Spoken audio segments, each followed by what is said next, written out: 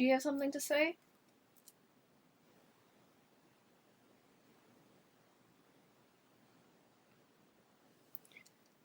Of course, when she has the mic, she has nothing to say.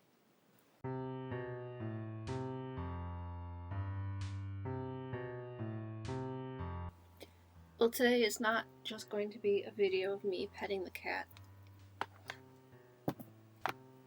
I thought today, out of the way, I guess this can stay here.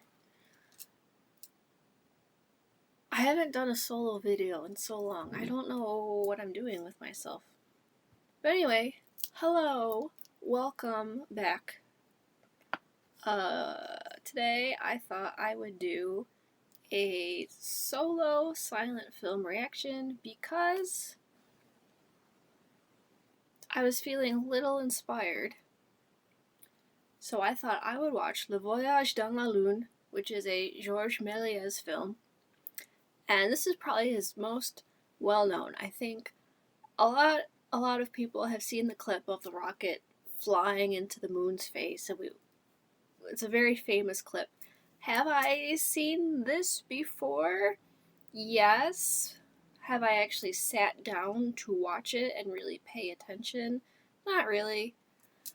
So that's what I'm going to do today, and I guess I will just give my thoughts. We'll see how many times I actually redo this, because watching me react I know it's not that exciting because I'm not over the top. I'm not very outgoing, and I don't really express very much. So a lot of the times when you see me watching it, I say it's a reaction, but if I've actually already watched it probably 3 or 4 times, thought about what I want to say, because otherwise you'll just be sitting here watching me doing this. Which I know that's not very exciting. So we'll see how this first take goes. Maybe you'll get me doing this the first take, and then we'll do a second. Maybe that'll be a new format. I don't know. But I'm just gonna hit play on this short film. It's only about 15 and a half minutes. This is again Le Voyage dans la Lune, Georges Méliès, from 1902. Alright, hitting play now.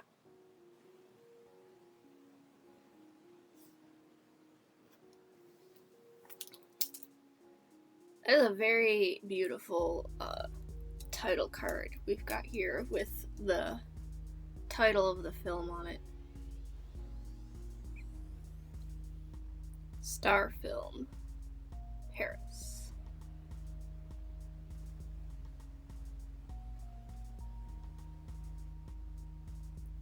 This video that I am watching has original music, so I'm not listening to the music.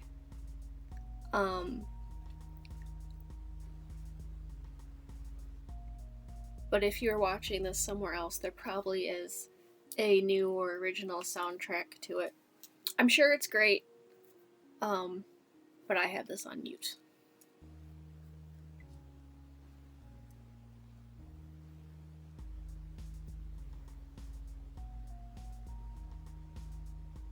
Alright, looks like we've got a cabal of wizards. I'm assuming they're supposed to be astronomers based on this giant telescope we've got here. And it's kind of fitting because this is giving a very medieval kind of setting here. We've got like a almost gothic kind of castle going on in the background.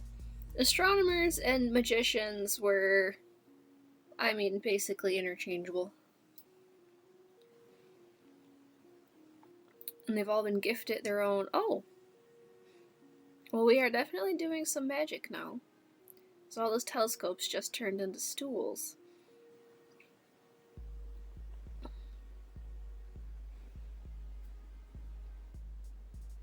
Oh, is this like the astronomer and his students? Yeah?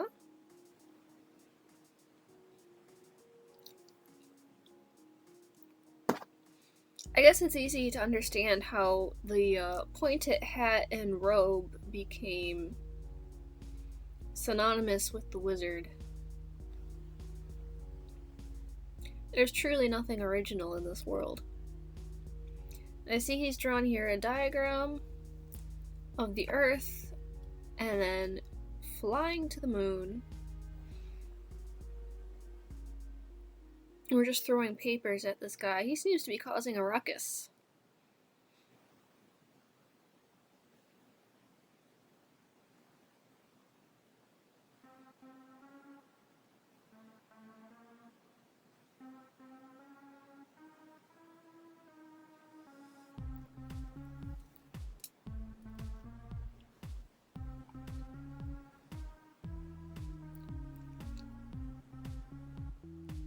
I'm curious as to how they're going to enact this plan, which I am assuming our main professor wizard here has explained to the others how exactly they're going to get to the moon.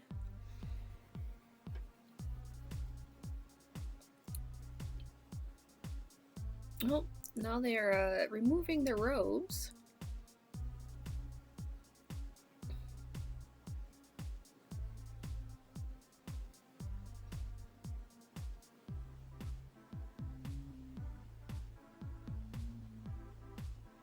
Some of these costumes are more 18th century, so I'm actually really not sure what time period we're supposed to be in here.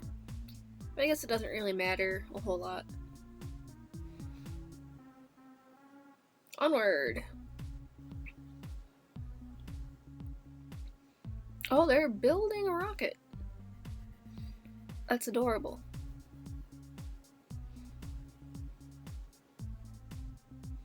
Hooray! Are they getting in it? It's not done yet.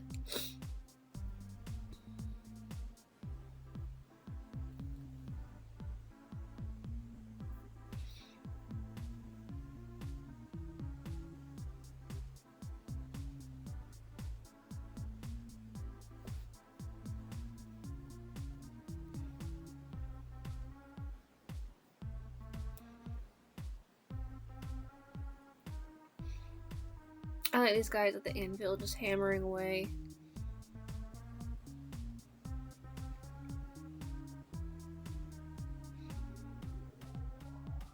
This is a very industrious looking town or city we've got here.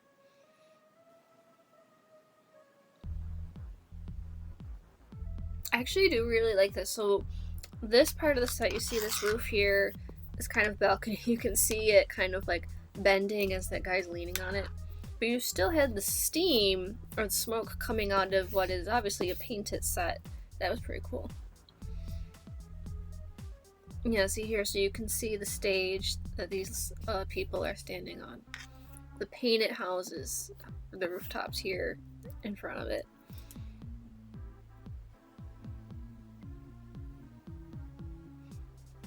It's almost like, because this is very obviously stylized, it's almost like one of those half animation kind of movies, except obviously it's real sets.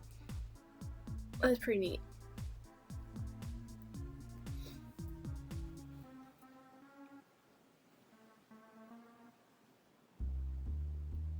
I take it our rocket is done, and we are climbing inside. What I'm guessing is going to happen here is this tube almost looks like they're going to fire the rocket off like it's a cannon. So this is, especially because it's kind of bullet shaped. So what I'm guessing is we're going to load it into the back of the cannon here and then shoot it off. That's my guess.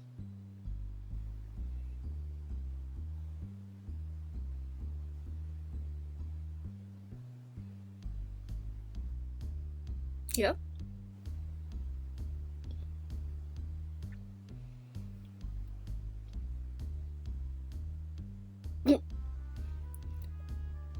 It really is just like a huge cannon launched at the moon. That's incredible. Doo-doo-doo.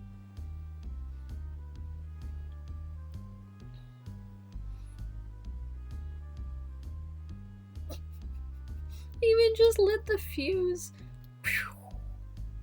Oh man. Imagine how much black powder it would take to shoot something to the moon.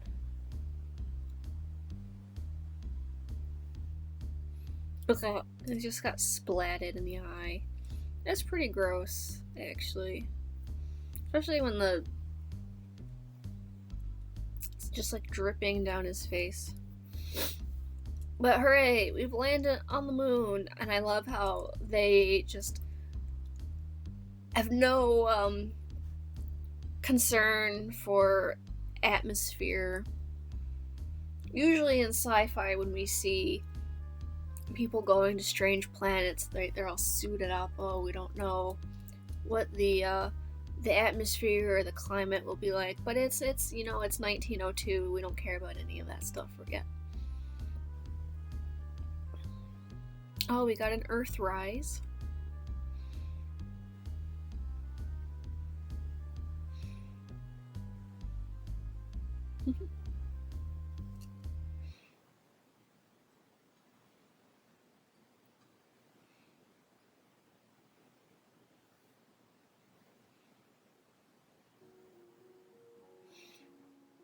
They don't even have any kind of special clothing on. What are they putting on here? Oh, no, they're just taking a nap. They're just going right down to sleep. Out in the open on the moon. Neat little comet.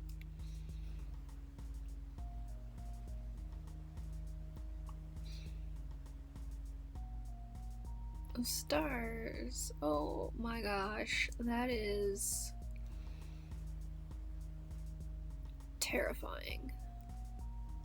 Why are there people in the stars? I was gonna say, it reminded me of the nap of a star, stars, until all those faces popped out of it.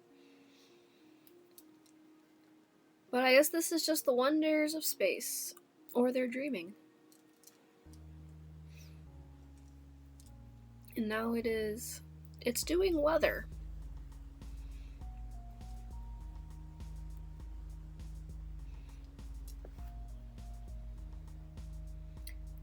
They're acting like it's cold, so presumably that's supposed to be snow.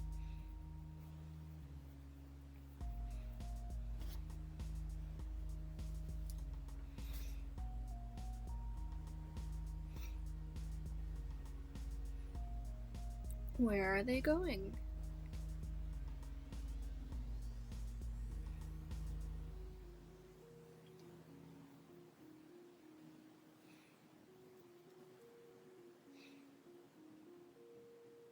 Oh, so underneath the surface of the moon is a sublunarian environment full of giant fungus.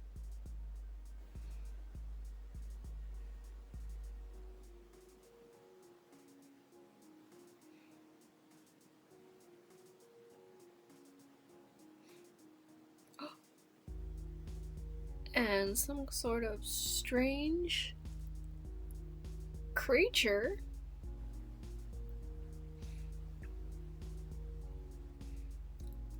almost looks like it's supposed to have a reptile kind of face, and it explodes upon contact. Interesting. Typical Earth people just go to other worlds and start killing things.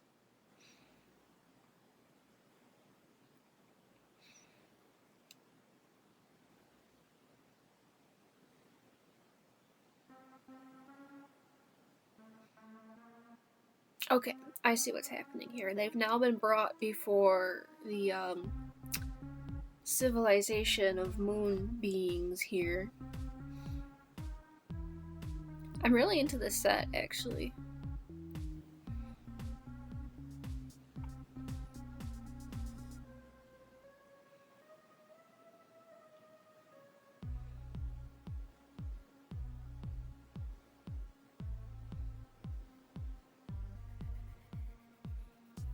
They have escaped fighting. Oh no!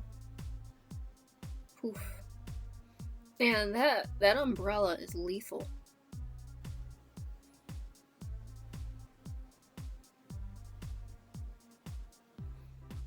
I like how the moon, you can see other things in the sky here aside from the Earth. Ah! Oh, look at these. They kind of look like this cliff thing here has got like carnivorous looking plants on it. How are they gonna get back to Earth? Oh, I know. They're gonna pull it off and use gravity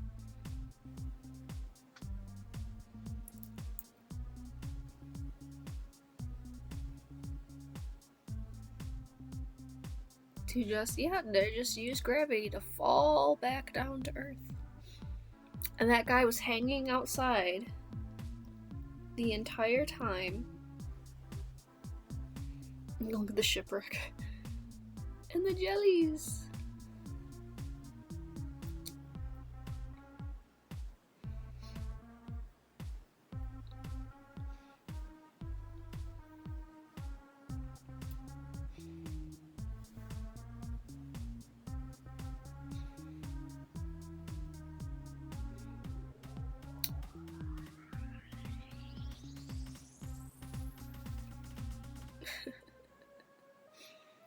Now their triumphant return back to Earth after a harrowing adventure on the moon.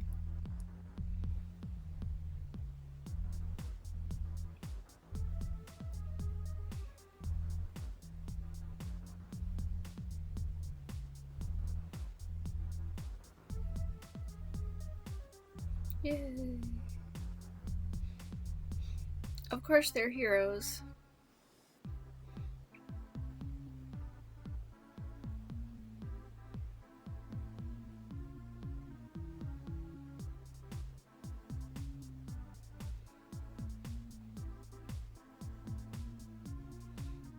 I was just about to say what happened to that moon being that was on the back of the rocket that somehow survived hurtling through space, entering Earth's atmosphere, and falling to the depths of the ocean.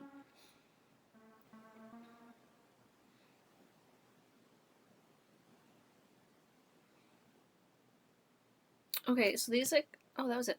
Those sailor costumes that those ladies were wearing at the end, I think that would make a good bathing suit. And I think this is now the second time that I've said I want that costume from the movie. But yeah, so that was the end. They go to the moon, ruin life that's already there, then come home heroes. Typical Earth story. I guess what did we expect from 1902? Absolutely no regards for actual science because rocket science. Yes. Wasn't as it is today.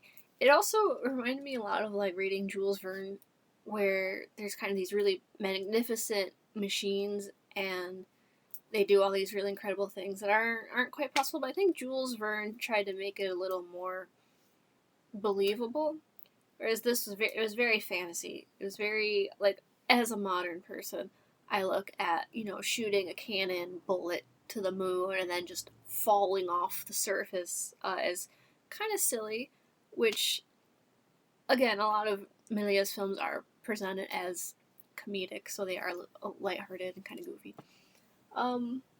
But yeah, it just makes it fun, and I love the sets. I love the costumes. I think it would be a lot of fun to make something like this. I mean, you don't even need to write dialogue, right? You just build your sets, have some cool costumes, and make a scenario.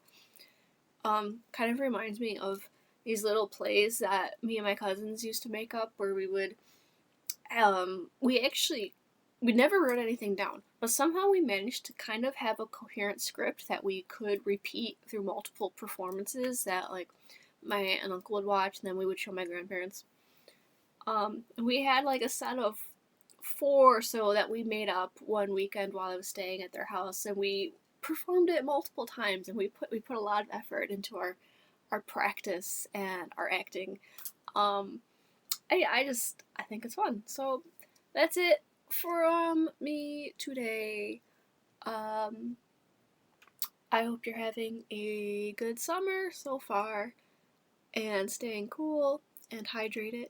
And If you want to see more of me, if you want to see more silent video, kind of like, I mean, like at this point they're getting to be antique, right? Vintage films, we talk about Gothic literature and fiction, genre fiction, and all that kind of fun stuff. So if you want to see more of that kind of thing, feel free to like and subscribe, and I will see you. I don't want to fall into the same lines that literally every YouTuber says, so I'm just gonna say goodbye. Goodbye.